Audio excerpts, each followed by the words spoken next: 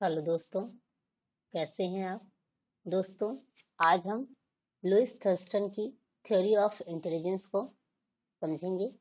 चलिए स्टार्ट करते हैं। लुइस थर्स्टन की इस थ्योरी को बुद्धि का समूह कारक सिद्धांत या बुद्धि का प्राथमिक बौद्धिक योग्यता का सिद्धांत भी कहते हैं। इस सिद्धांत का प्रतिपादन 1937 में थर्स्टन ने किया था। थर्स्टन के अनुसार बुद्धि कुछ प्राथमिक कारकों से मिलकर बनी है। थर्स्टन का कहना है कि बुद्धि कोई एक कारक न होके बुद्धि कुछ प्राथमिक कारकों का एक कॉम्बिनेशन या संयोजन है। यह सिद्धांत बताता है कि बुद्धि में 7 प्राथमिक क्षमताएं होती हैं। लुइस थर्स्टन साहब कहते हैं कि जो हमारी बुद्धि है वो 7 प्राथमिक क्षमताओं से मिलकर बनी है, जो एक कार्यात्मक एकरूपता के रूप में कार्य करती है। और ये सातों जो क्षमताएं होती हैं वो एक साथ कार्य करती हैं। बुद्धि एक दूसरे से स्वतंत्र मानसिक क्षमताओं के संयुक्त प्रयासों का परिणाम होती है।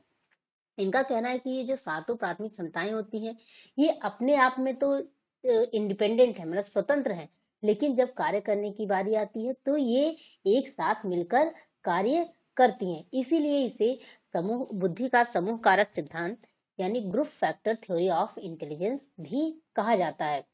सभी मानसिक क्रियाएं जिनका कोई न कोई सामान्य प्राथमिक कारक होता है, सभी मिलकर एक समूह का निर्माण करती हैं। जो सभी मानसिक क्रियाएं होती हैं वो कोई एक कारक होता है, उसी की वजह से वो हम उनको करते हैं, लेकिन जब बारी आएगी तो ये एक साथ मिलकर कार्य करती हैं। इस समूह का प्रतिनिधित्व करने वाले कारकों को हम प्राथमिक कारक कहते हैं। इनकी बुक है प्राइमरी मेंटल एबिलिटीज। ये लुइस थर्स्टन साहब हैं।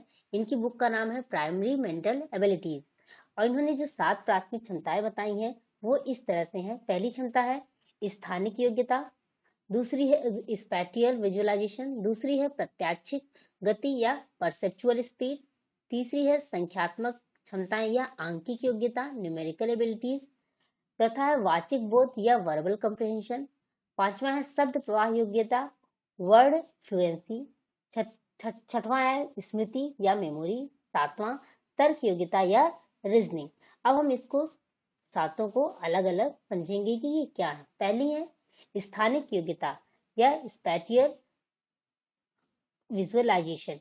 ये क्या है? ये प्रतिरूपों या रचनाओं के प्रत्यक्षीकरण करने की क्षमता।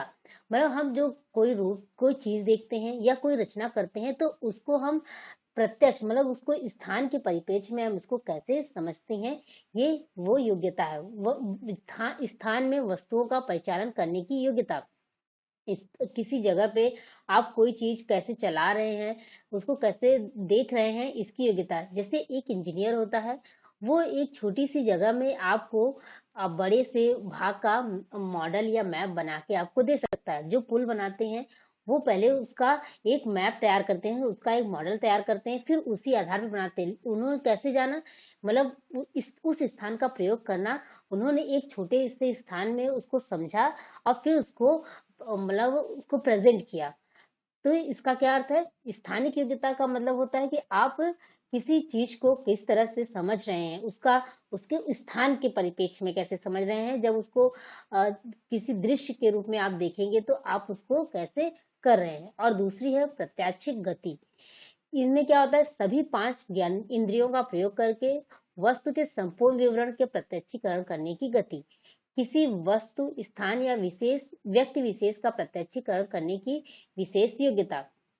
इसमें आप जब कोई चीज देखते हैं तो अपनी जो 5 ज्ञानेंद्रियां हैं, आंख, कान, नाक, मुंह, त्वचा, इन सब का प्रयोग करके आप उस घटना या उस चीज को किस तरह से समझ रहे हैं, उसका किस तरह से अपने दिमाग में कॉन्सेप्ट बना रहे हैं, उसकी अवधारणा को आप उसको कैसे समझ रहे हैं, आप उसके बारे में क्या नियम बनाएंगे, आपकी क्या धारणा बनेगी, इसके बारे में ये हमें बताती है। आप उसको कैसे समझेंगे, उसका ऑर्गेनाइजेशन कैसे करेंगे, उसको आइडेंटिफाई कैसे करेंगे।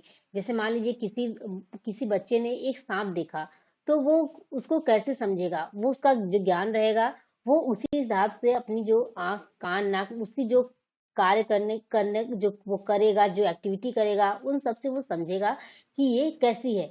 कोई बालक जब आग देखता है तो वो पहले चमकती हुई चीज को देख के वो छूने की कोशिश करता है, लेकिन जब वो उसको छू लेगा और वो जब जल जाएगा तो उसको ये ज्ञान हो जाएगा कि नहीं, आग को छुएंगे तो हमें दर्द होगा। तो वो उसके दिमाग में क्या उसका कॉन्सेप्ट बना कि आग को छुएंगे तो हम जल जाएंगे। तो इसी तरह से समझते हैं जो बच्चे, उसे ही हम प्रत्याशित गति कहते हैं। और तीसरी हमारी है संख्यात्मक क्षमताएं। संख्यात्मक क्षमताएं में हम जो नंबर्स हैं उनके साथ जो कार्य करते हैं, उनकी जो योग्यता होती है, नंबर के साथ कार्य करने की जो योग्यता होती है हमारी, उसको हम संख्यात्मक क्षमताओं में रखते हैं। संख्यात्मक और अविकलात्मक कार्यों को तीव्र गति, कुशलता और सटीकता से करने की क्षमता। इस प्रकार की योग्यता में सांख्यिकी विश्लेषण करना, अंकन संबंधी क्रियाएं संचालित करना तथा गणित संबंधी समस्याओं की गणना करना आदि आता है। आप किसी नंबर को, आप किसी न्यूमेरिकल को किस तरह से सॉल्व कर रहे हैं, कोई सांख्यिकी संबंधी जो क्रियाएं होती हैं हमारी, जो संख्या से संबंधित होती हैं, नंबर से संबंधित होती हैं, वो जो क्रियाएं होती हैं उनको करने के लिए हमें संख्यात्मक क्षमताओं की जरूरत होती है। उसके बाद है हमारा वाचिक बोध या वर्बल कॉम्प्रिहेंशन। इसमें आप शब्दों, अवधारणाओं, संप्रत्ययों और विचारों के अर्थ को समझने की क्षमता होती है, वो है हमारी वाचिक बोध या वर्बल कॉम्प्रिहेंशन।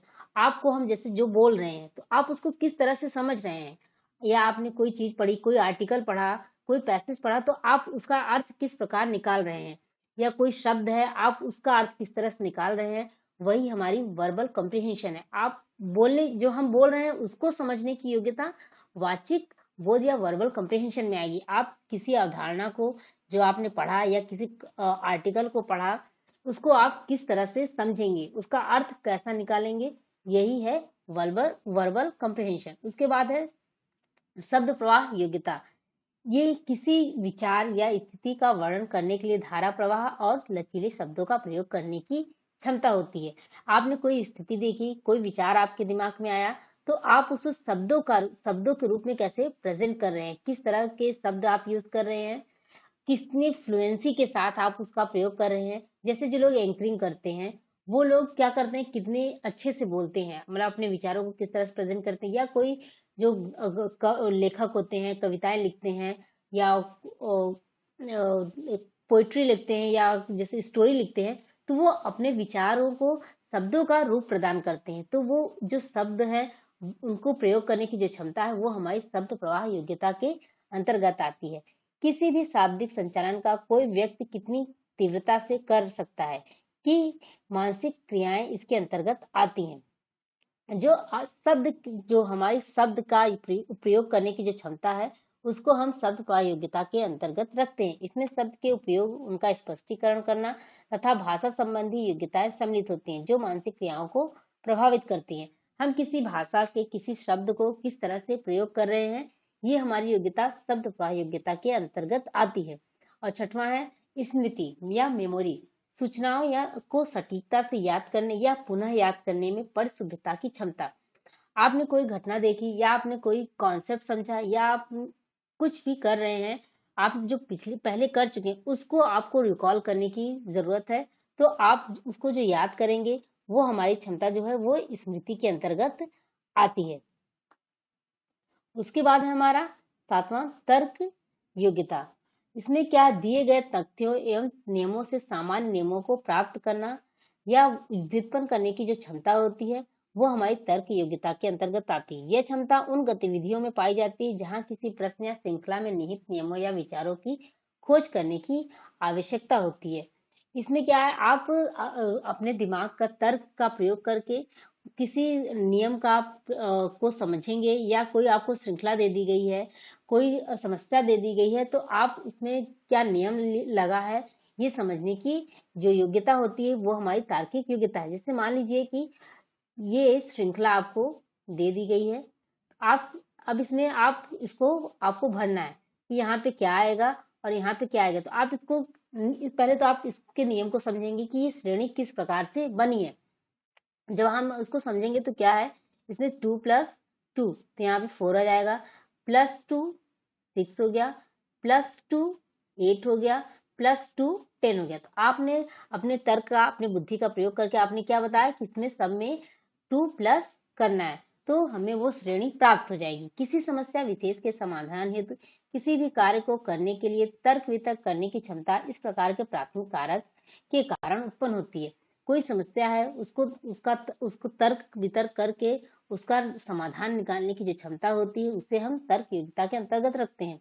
किसी भी ज्ञान को धारण करते उसको अधिक समय तक अपने मानसिक पटल पर बनाए रखने की योग्यता इस प्राथमिक कारक के कारण ही संभव होती है।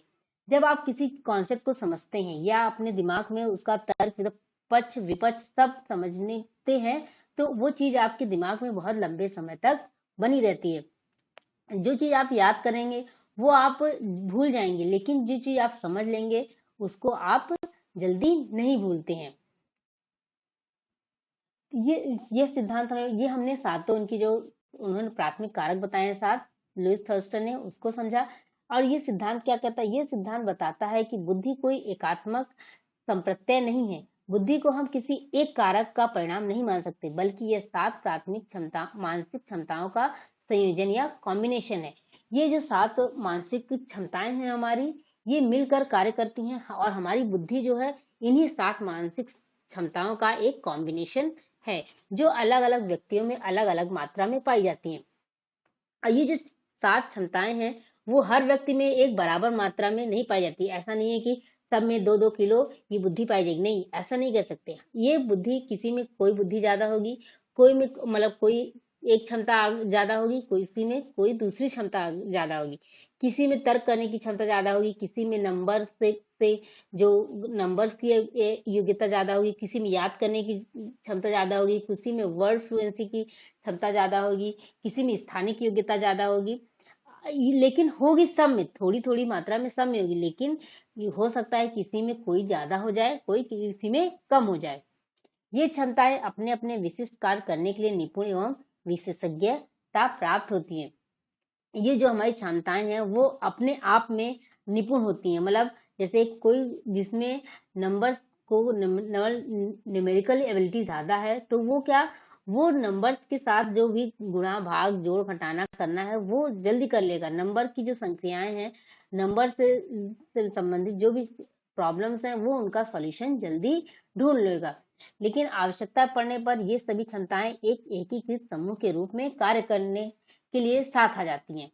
जब इनकी जरूरत, ये है तो स्वतंत्र इंडिपेंडेंट है, लेकिन जब कार्य करने की बारी आएगी तो ये एक साथ आ जाएंगी। इसीलिए हम इस सिद्धांत को ग्रुप फैक्टर थ्योरी कहते हैं। लेकिन जब कार्य करने की बात आएगी तो ये ग्रुप में हो जाएंगी, लेकिन वैसे वो अलग अलग रहती हैं। जिस तरह से मान लीजिए आपको कोई मैथ्स का न्यूमेरिकल सॉल्व करना है, तो आप किसी मैथ के न्यूमेरिकल को सॉल्व करने के लिए सबसे पहले क्या करेंगे? आपके सामने वो समस्या आई तो आपने उसमें सबसे पहले आप उसको याद करेंगे कि इसमें कौन सा हमें फॉर्मूला लगाना है।